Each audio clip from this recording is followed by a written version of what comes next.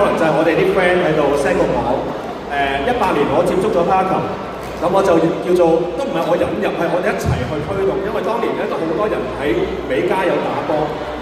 我哋成立咗一個會啦，我哋推廣呢個新興運動入咗唔同嘅學校。有邊一個喺學校裏邊學生嚟嘅出嚟打個 pickleball嘅，揮揮手先。都有啲係啦。咁咧，我希望咧，我哋嘅願景咧，新興運動協會今日咧，其實唔知覺唔覺有唔同顏色啊？我哋嘅 logo 嚟嘅，其實係咩咧？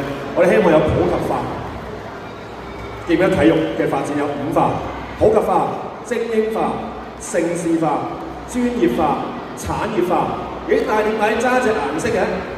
咁我哋新興運動協會咧，就希望透過第6化，我哋叫做價值化，將我哋所有嘅融合共融，希望創造更多嘅價值。唔係話嗰5化冇價值，而係我打得叻、跳得遠、跳得高、跳得遠。我最大嘅價值係今日可以同我哋透過新興運動，同我哋屋企人一齊，透過新興運動，我哋可以祝福到小朋友，可以祝福到老人家，甚至3代同堂、4代同堂一齊打波。咁其實呢個就係我哋希望追求嘅價值，同埋你今日一定會成功嘅，得唔得？得。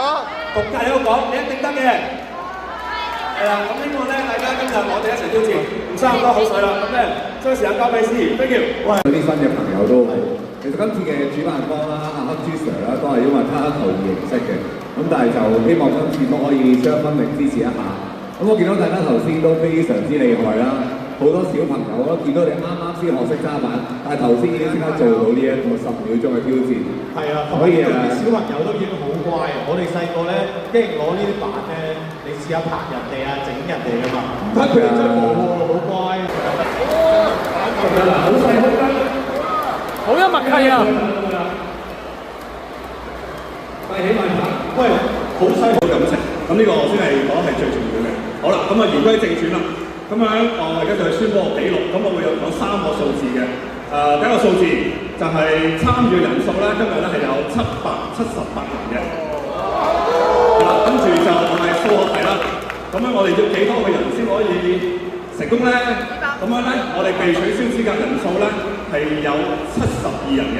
哇！咁樣咧就係啱啱好嘅。我哋成功挑戰706人，成功率係90.7%。亦都係符合權力決賽嘅一個要求，因為我哋要求係250